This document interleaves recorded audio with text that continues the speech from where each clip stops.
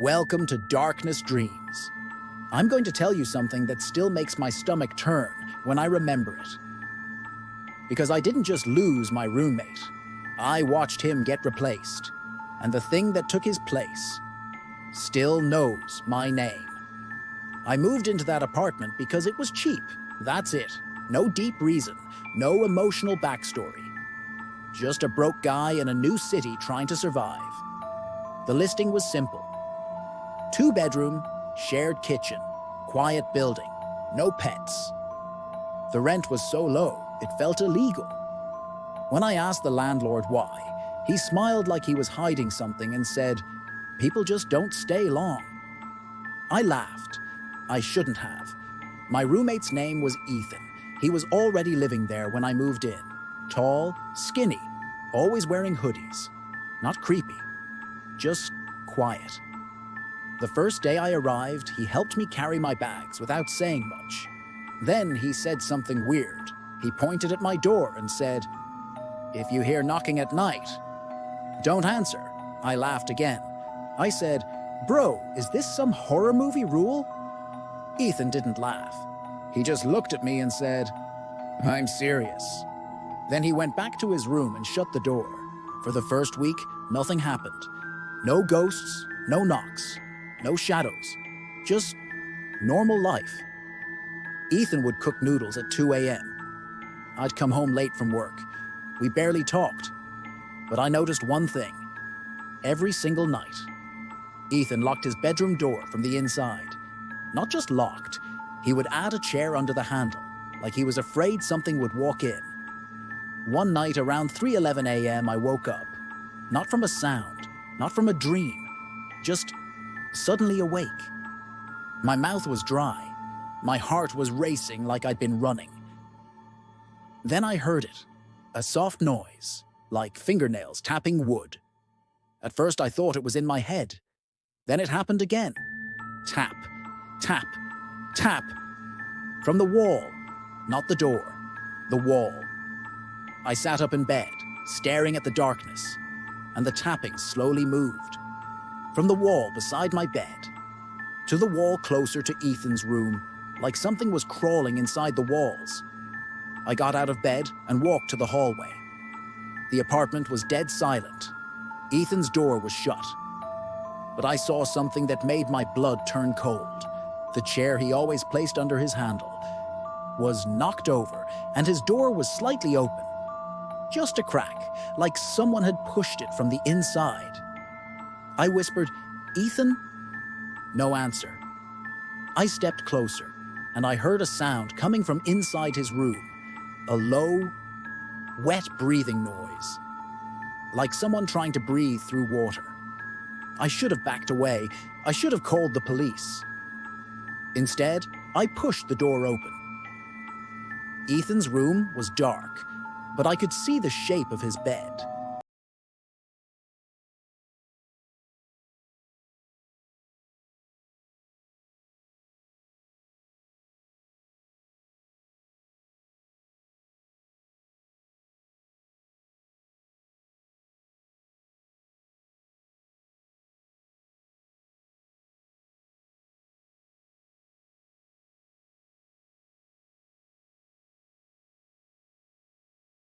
I froze.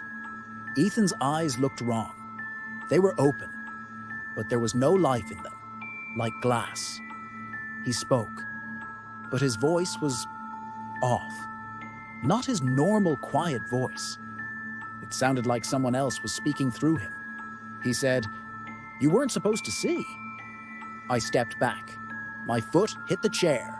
It scraped loudly, and Ethan's head snapped toward the sound like an animal. Fast, too fast. Then he stood up. And the worst part? He didn't walk toward me. He glided, like his feet weren't touching the floor. I slammed the door shut, locked it. Then ran back into my room. I jumped onto my bed, grabbed my phone, and tried calling 911. No signal, not even one bar. I tried texting, nothing. Then I heard it, knocking. Not on my door, on the wall, right beside my head. Knock, knock, knock. Slow, polite knocks.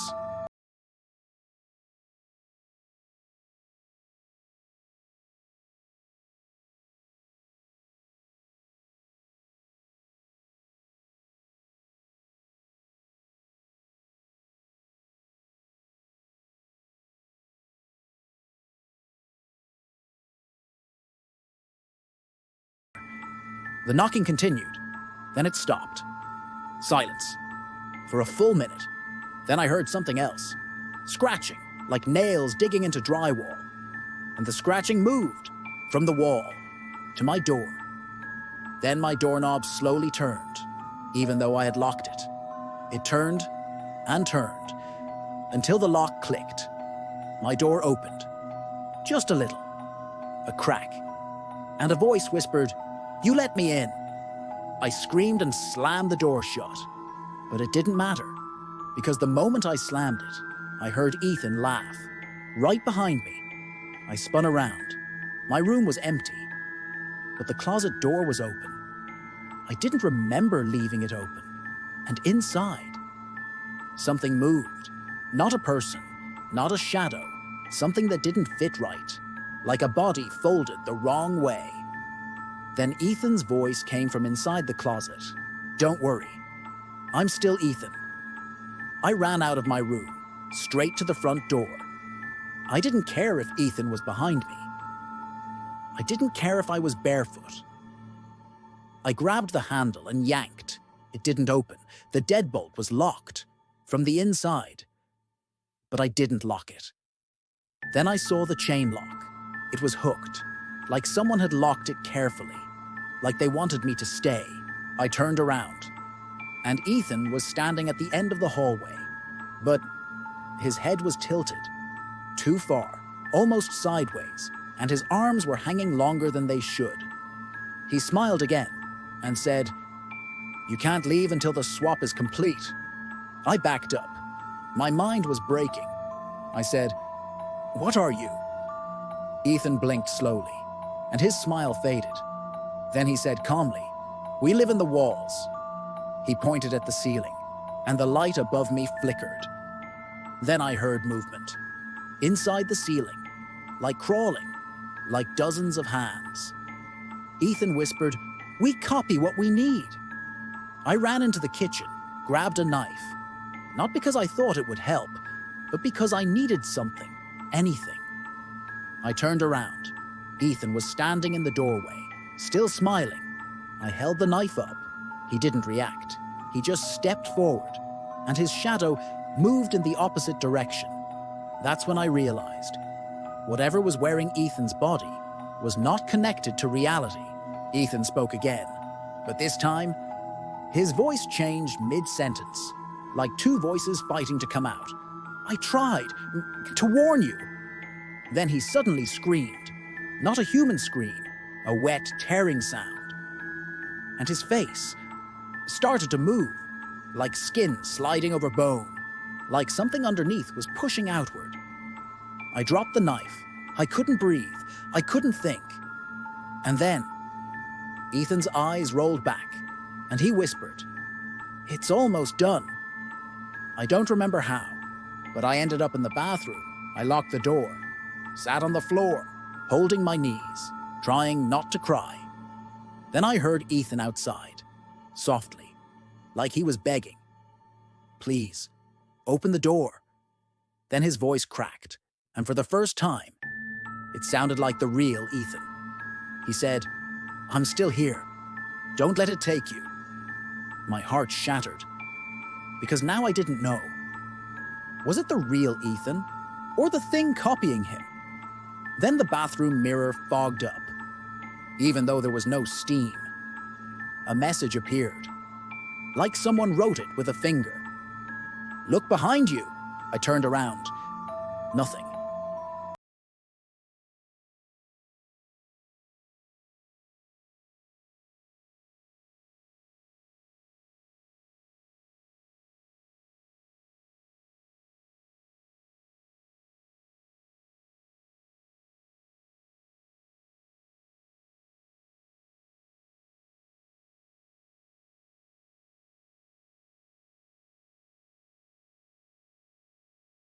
I screamed, kicked the door shut, but the hand stayed there, holding it open, like it was stronger than me. Then Ethan's voice said, "Don't fight. It hurts more." I did the only thing I could think of. I grabbed my phone, turned on the flashlight, and smashed it against the mirror. the glass shattered. And the moment it shattered, the entire apartment went silent. No crawling, no knocking, no breathing, just silence. I ran out of the bathroom, out of the apartment, down the stairs. The front door was open now, like it had never been locked. Outside, the cold air hit my face. I ran until my lungs burned. Then I stopped. I looked back at the building. All the windows were dark, except one, Ethan's window, and in it, I saw Ethan standing there, still, watching, smiling. Then he raised his hand and waved. I never went back. I got a hotel. I called the landlord the next day. I said, "I'm moving out." The landlord didn't sound surprised. He just sighed and said, "Did it swap him?" My stomach dropped. I said, "What? What do you mean?" The landlord paused, then said, "It always takes one." I hung up, and I thought it was over. Until last night. At 3:11 a.m., I woke up suddenly, and I heard tapping. On the wall, right beside my bed. Tap, tap, tap. Then a voice whispered, "Hey man, open up. I think I'm sleepwalking.